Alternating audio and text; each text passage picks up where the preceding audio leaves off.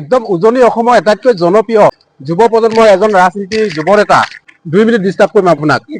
একদম দেখি আছো আপুনি খুব দৌৰি আছে খুব মেলে মিটিঙে সদায় দেখি আছো একদম 2 মিনিট দেই বাইদেউ হয় মই মানে ইয়াতে আহিছিলো ভিডিঅ' এটা কৰিবৰ কাৰণে তো আপোনালৈ মনত পৰিলে এপাক লগ পাওঁ ফোনটো লগাই দিলো আৰু এতিয়া ক'ত গৈছিলে মোৰ মিটিং আছিলে মিটিঙৰ পৰা আহি আছো ফোন কৰিলা সেইকাৰণে এইখিনিতে ৰখি দিলো অকণমান কথা পাতো যিহেতু এতিয়া নিৰ্বাচন কিছুদিনৰ পাছতে হ'ব আৰু একদম যুৱ প্ৰজন্মৰ আপুনি এজন মাকু সমষ্টি নতুন সমষ্টি তাৰ টিকেট দাবীদাৰ বৰ্তমান মানে চৰ্চিত হৈ আছে আৰু আমিও আশা কৰোঁ লগতে আপোনাক কেইটামান একদম সৰু প্ৰশ্ন লৈ আহিছোঁ আপোনালোকে আমি বিভিন্ন সময়ত টিভিত দেখি থাকোঁ মোবাইলত দেখি থাকোঁ বহু ৰাজনীতিবিদ আছে কিন্তু একদম যদি খুব কম বয়সৰ বুলি ক'লে আপোনাৰ নামটোৱে আহে তেনেকুৱা কথা নহয় ভাৰতীয় জনতা পাৰ্টিত বিভিন্ন মানুহে বিভিন্ন দায়িত্বত আছে ঠিক তেনেকে তুমি যিটো কথা কৈছা যে কম বয়সত দেখিছো নেকি আমাৰ যিগৰাকী ৰাষ্ট্ৰীয় সভাপতি তেখেতৰ বয়স মাত্ৰ 45 বছৰ মানে গোটেই অল ইণ্ডিয়া প্ৰেচিডেণ্ট তেখেত 5 বাৰকৈ নিৰ্বাচিত হৈছে বিধানসভালৈ গতিকে 5 বাৰ তেখেতে MLA জিকিছে তাৰপিছত এতিয়া তেখেত গোটেই অল ইণ্ডিয়াৰ প্ৰেচিডেণ্ট গতিকে আজি ভাৰতবৰ্ষখন 65% যুৱক যুৱতীৰে গঠিত এখন দেশ আজিকালি যুৱ প্ৰজন্ম আগবাঢ়ি যাবৰ কাৰণে যথেষ্ট স্কোপ আছে গতিকে ভাৰতীয় জনতা পাৰ্টিটো সদায় যুৱকসকলক বা উঠি অহা চামক আগবাঢ়িবৰ কাৰণে সুবিধা দিয়ে হয়তো চাগে সেইকাৰণে তুমিও ক'ৰবাত দেখিলা মানে মোৰ বয়সটো কম বা তেনেকুৱা সেইটোৱে ৰাইজৰ প্ৰশ্ন বিশেষকৈ যে আমাৰ যিসকল ৰাজনীতিবিদ বিশেষকৈ মানে খুব দামী দামী গাড়ী তেখেতলোকে খুব ষ্টাইল মাৰি ঘূৰি ফুৰে আচলতে ৰাজনীতিবিদ কেনেকুৱা আচলতে তেনেকুৱাই নেকি বহু টকা পইচা আহে নেকি মই যদি তোমাক ক'বলৈ যাওঁ পৃথিৱীত আটাইতকৈ মানে কষ্ট কৰা প্ৰফেশ্যনটো হৈছে ৰাজনীতি মানে কষ্ট থকা এতিয়া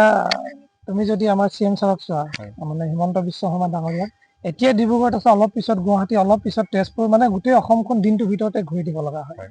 মানে ৰাজনীতি কৰাটো ইমান ইজি নহয় আৰু এটা কথা ৰাজনীতিবিদসকলৰ ওচৰত মানুহে সদায় সমস্যাটো সমাধান কৰিবৰ কাৰণে যায়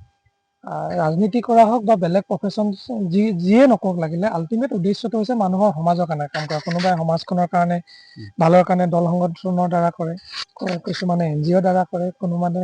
যুৱ সংঘৰ দ্বাৰা কৰে মানে আল্টিমেট সমাজৰ ভালৰ কাৰণে সকলোৱে কাম কৰে ঠিক তেনেকে ৰাজনীতি এটা এনেকুৱা এটা প্ৰফেশ্যন যাৰ পৰা মানুহে মানুহক বেছিতকৈ বেছি সহায় কৰিব পাৰে তো সেইটো হয় কিন্তু এজন ডক্টৰ এবাৰ এক্সাম দিলে ডক্টৰ হৈ যায় এজন ইঞ্জিনিয়াৰ এবাৰ এক্সাম দিলে ইঞ্জিনিয়াৰ হৈ যায় তো কিন্তু ৰাজনীতিত এনেকুৱা প্ৰত্যেক 5 বছৰ মূৰে মূৰে এক্সাম দিব লাগে আৰু ইমান টাফ প্ৰফেশ্যন দিনটোত 150 ফোন ৰিচিভ কৰিব লাগিব তাৰপিছত মানুহে নিজে যিটো সমস্যা সমাধান কৰিব নোৱাৰে সেইটোহে তোমাৰ ওচৰলৈ লৈ আহিব বা সেইটোহে পলিটিচিয়ানৰ ওচৰলৈ লৈ যায় তো গতিকে ৰাজনীতি কৰাটো ইমান ইজি কথা নহয় তাৰমানে আপোনাৰ যিটো বয়স এই বয়সত সঁচাকৈ যিকোনো কাম কৰাৰ মানে জোচটো থাকে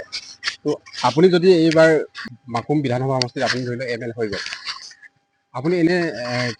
কিছুমান কাম মানে হাতত ল'ব নেকি যুৱ প্ৰজন্মসকল মানে বহিৰাজ্যত কাম কৰিব গুচি গৈছে তো আমাৰ যুৱ প্ৰজন্মসকলৰ উন্নয়নৰ কাৰণে কিবা পদক্ষেপ ল'ম বুলি ভাবিছে নেকি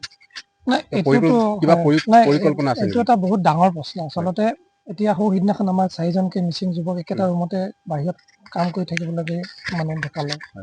যোৱাকালি শুনিলো আমাৰ 7-8জনৰ এজন যুৱক মুম্বাইত ঢুকালে তো গতিকে এইটো এটা বহুত ডাঙৰ সমস্যা আৰু এইটো কাৰণে সমাধান এটাই এতিয়া চৰকাৰে 1.5 লাখ CM ছাৰে 1.5 লাখ চাকৰি দিলে চৰকাৰী চাকৰিটোৱে গোটেই যুৱক যুৱতীবিলাকক সংস্থাপিত কৰিব নোৱাৰে আমি কি কৰিব লাগিব আমাৰ যেনেকৈ এতিয়া বেংগলোৰত কিহৰ কাৰণে যায় তাত ইণ্ডাষ্ট্ৰি আছে চেন্নাইত মুম্বাইত ইণ্ডাষ্ট্ৰি বেছি আছে গুৰগাঁৱত ইণ্ডাষ্ট্ৰি বেছি আছে কাৰণে আমাৰ মানুহবিলাকে আমাৰ ল'ৰাবিলাকে তাতে কাম কৰিবলৈ যায় তো সেই কামটো অসমত কৰিবৰ কাৰণে এতিয়া CM ছাৰে চেষ্টা কৰে যেনেকৈ জাগিৰোডত আমাৰ ছেমি কণ্ডাক্টৰ আহিলে ছেমি কণ্ডাক্টৰত 30,000 ল'ৰা ছোৱালীয়ে ডাইৰেক্ট চাকৰি পাব আমাৰ ইয়াতে যেনেকৈ তিনিচুকীয়াত হিন্দুস্তান লিভাৰটো আছে তো ইয়াৰ পিছত যদি যেতিয়া এতিয়া আমাৰ CM ছাৰে এডভান্টেজ ভাল এতিয়া CM ছাৰে আমাৰ যেনেকৈ এডভান্টেজ আছাম কৰিছে তাৰ পৰা ইণ্ডাষ্ট্ৰিয়েলিষ্টবিলাকক ইনভেষ্টৰবিলাকক মাতি আনিছে যে দেখাইছে অসমত এইটো কাম আপুনি কৰিব পাৰিব তো এইটো কাম কৰিলে কি হ'ব তেতিয়া আমাৰ ইণ্ডাষ্ট্ৰি যিমান হ'ব যুৱক যুৱতীসকল সংস্থাপিত হৈ গৈ থাকিব শেহতীয়াকৈ আমাৰ CM ছাৰে ৱৰ্ল্ড ইকনমিক ফৰামত অংশগ্ৰহণ কৰিবৰ কাৰণে গৈছিল এতিয়া তাত গৈ CM ছাৰে বিভিন্ন ধৰণৰ ইনভেষ্টৰবিলাকৰ লগত কথা পাতিছে সেই ইনভেষ্টৰবিলাকক যদি আমি অসমৰ ইণ্ডাষ্ট্ৰি খুলিব পৰা যায় তেতিয়া আমাৰ যুৱক যুৱতীসকল বেংগলোৰ বা চেন্নাই এইবিলাকত বহিৰাগত কাম নকৰিলে হৈ যাব আমাৰ অসমতে সংস্থাপন পাব গতিকে তেনেকুৱা পদক্ষেপ ল'ব লাগিব আৰু চৰকাৰখনে লৈছে আৰু যদি সুযোগ আৰু সুবিধা পাওঁ তেনেকুৱা কাম কৰিবৰ কাৰণে নিশ্চয় চেষ্টা কৰিম আপুনি শিক্ষকৰ পুত্ৰ আছিলে কিন্তু আপুনি ৰাজনীতি কিয় চইচ কৰিলে